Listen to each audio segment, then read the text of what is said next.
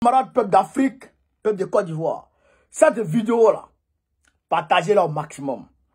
Tout étudiant qui va voir cette vidéo et qui va encore faire confiance à Dran Ouattara, c'est qu'il est maudit. Ça, je le dis clairement. Tout étudiant qui va voir cette vidéo et qui va encore faire confiance à Dran Ouattara et le RADP, c'est qu'il est maudit. C'est ça qui est la vérité. On écoute la vidéo.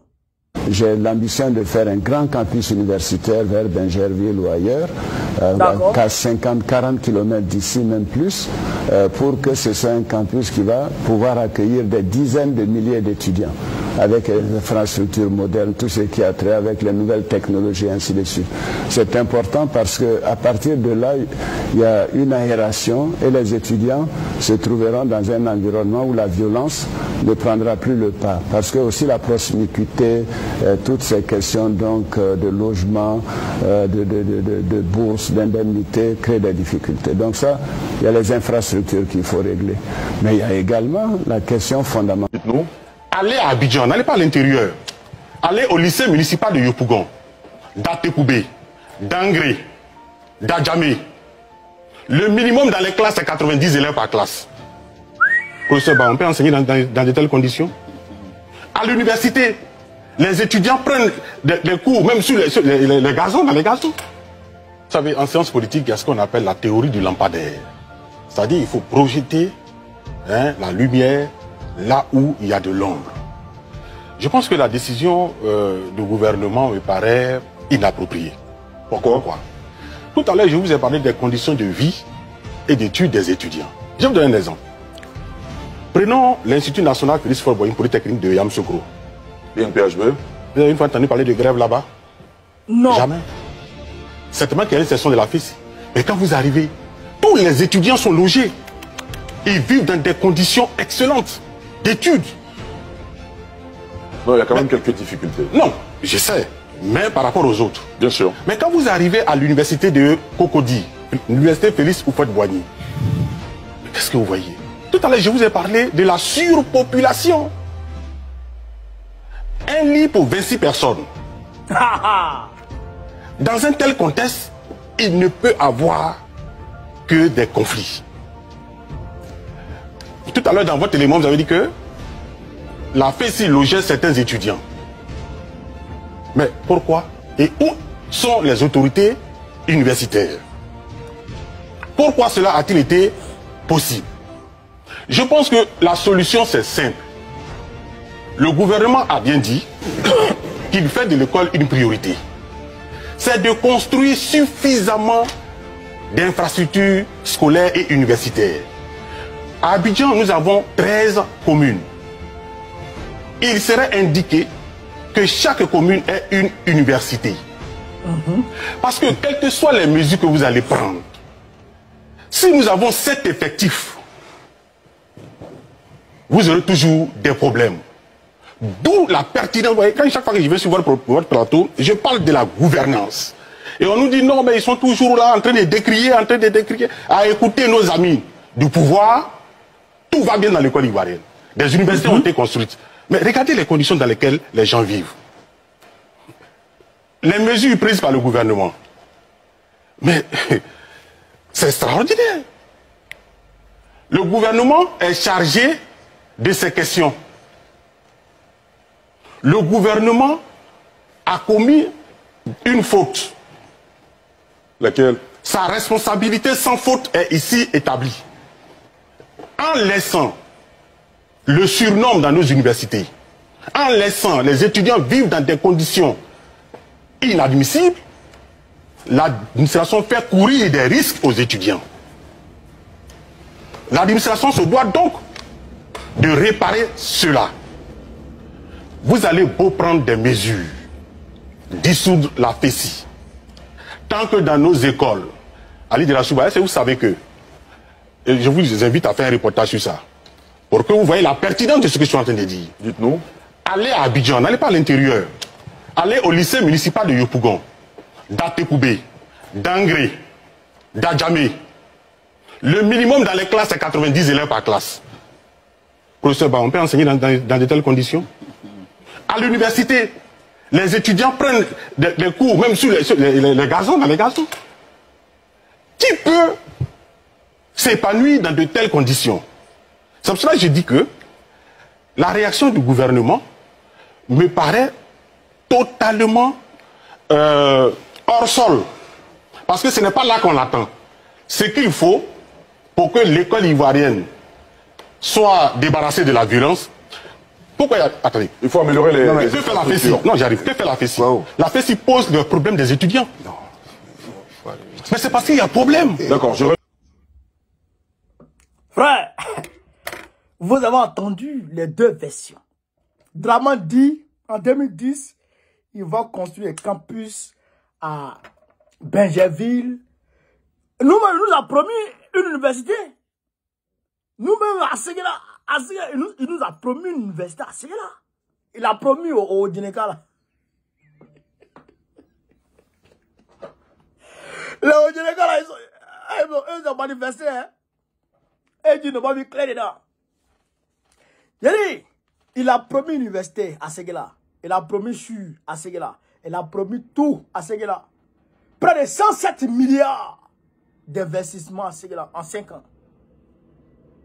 Frère, Ali Kele, Ali Fitini a maillé rien. Un vieux voleur. Mais, les étudiants, hier, on m'a envoyé une image aux alentours du campus. Il y a un étudiant qui a été retrouvé pendu. Je dis bien, il a été retrouvé pendu, un étudiant. Il est mort. Vous comprenez ça? Il a été retrouvé, il est mort. Mais, ça ne va pas. Ça ne va pas. La surpopulation. Allez-y voir Danagui à Brogua. Ils dorment dans les amphithéâtres. Il n'y a pas de cité universitaire. Il n'y a pas de chambre. Un lit pour 26 personnes. Un lit pour 26 personnes. Alors qu'il a promis, Draman, qu'il allait régler toutes ces questions-là. Mais est-ce qu'il n'a pas eu l'argent qu'il a promis aux Ivoiriens? Oui, il a eu l'argent. On lui a donné 35 000 milliards aujourd'hui à son actif. 35 000 milliards. Mais l'argent, qu'est-ce qu'il en a fait? Bakongo seul a détourné 100 milliards dedans. Seul 100 milliards, va où? Quand il a fini de voler l'argent là, qu'est-ce qu'il a fait? Qu'est-ce qu'il a fait quand il a fini de voler l'argent? Frère, Dram Ouattara l'a enlevé de là-bas, il a promu le gars. Parce qu'il a volé, il a promu le gars. Mais et les étudiants, qu'est-ce qu'ils deviennent? Vos wifi là, ça marche ou ça marche pas? Les étudiants des campus là. Est-ce que vos wifi là, ça marche encore? Rien du tout. Les cartes de bus, c'est comment? Les bourses, c'est comment? Vous donnez ou pas? Rien du tout. Alors que l'argent tombe. L'argent est là. L'argent est là. Mais on ne donne pas. On préfère détourner. Vous voyez? Vous voyez ce qui se passe? Donc, malgré ça, alors que le gars, il a eu l'argent, il a promis, il a fait son projet, il l'a envoyé au FMI, à la Banque mondiale, les institutions de Bretton Woods, et l'argent est tombé, et cet argent n'est pas arrivé à destination. C'est un mépris pour les étudiants. C'est un mépris pour vous, étudiants. Quelqu'un qui vous méprise. Quelqu'un qui ne vous calcule pas. Qui ne vous gère pas. Mais si vous partez soutenir ce gars-là encore, c'est que vous, non seulement vous êtes des maçons, mais vous êtes maudits pour mettre dessus. Parce que, à la lui où les choses, il est sûr à 100% que le gars-là, il ne va rien faire pour vous. Donc, l'idéal, c'est de sanctionner ce gars dans les urnes. Et regardez comment il est en train de détruire votre syndicat. La FESI a ses défauts, je le connais. a fait ses défauts. Mais laisser le système éducatif, je dirais, estudiantin et scolaire, sans syndicat des élèves et étudiants, c'est grave. C'est grave. Vous ne pouvez pas rester sans syndicat. Qui protège vos droits? Qui défend vos droits? D'autant plus qu'aujourd'hui, nous avons affaire à un dictateur qui fait ce qu'il veut quand il veut. Même les petites entreprises, les petites institutions. Mais pourquoi ils ne cassent pas les syndicats des enseignants? Qui, eux, voulaient gréver dès demain, mardi. Pourquoi ils ne cassent pas? Pourquoi ils les appellent au dialogue? Marietou les a reçus. Pourquoi Adama Diawara ne vous reçoit pas? Et on vous dissout. On vous attaque. On vous frappe, on vous emprisonne. On vous met dehors. C'est un mépris sans précédent pour les étudiants et les élèves de Côte d'Ivoire. C'est un mépris sans précédent pour l'avenir de notre nation. On ne doit plus faire confiance à Ouattara. Ni à Ouattara, ni à son RADP. Il faut le sanctionner. Il faut s'insurger de façon pacifique contre ce monsieur. Donc, moi je vous appelle à aller vous faire enrôler pour ceux qui ne l'ont pas encore fait et à attendre sagement pour aller sanctionner ce gars en 2025. Si vous ne voulez pas vous joindre à notre combat, nous, le PPACI. Si vous ne voulez pas vous joindre à notre combat dans les rues, parce que bientôt, nous allons entamer des combats dans les rues. Mais la meilleure des choses, c'est que vous vous joignez au combat démocratique, panafricaniste et souverainiste. Pour qu'on puisse sortir notre pays de la nasse. Parce que la Côte d'Ivoire aujourd'hui est prise en otage. Et si on ne se lève pas, eh bien, le pays n'est pas prêt de se lever. Le pays n'est pas prêt de se relever. Ils vont continuer à faire engloutir ce pays par la tyrannie, par les flots de la tyrannie infernale.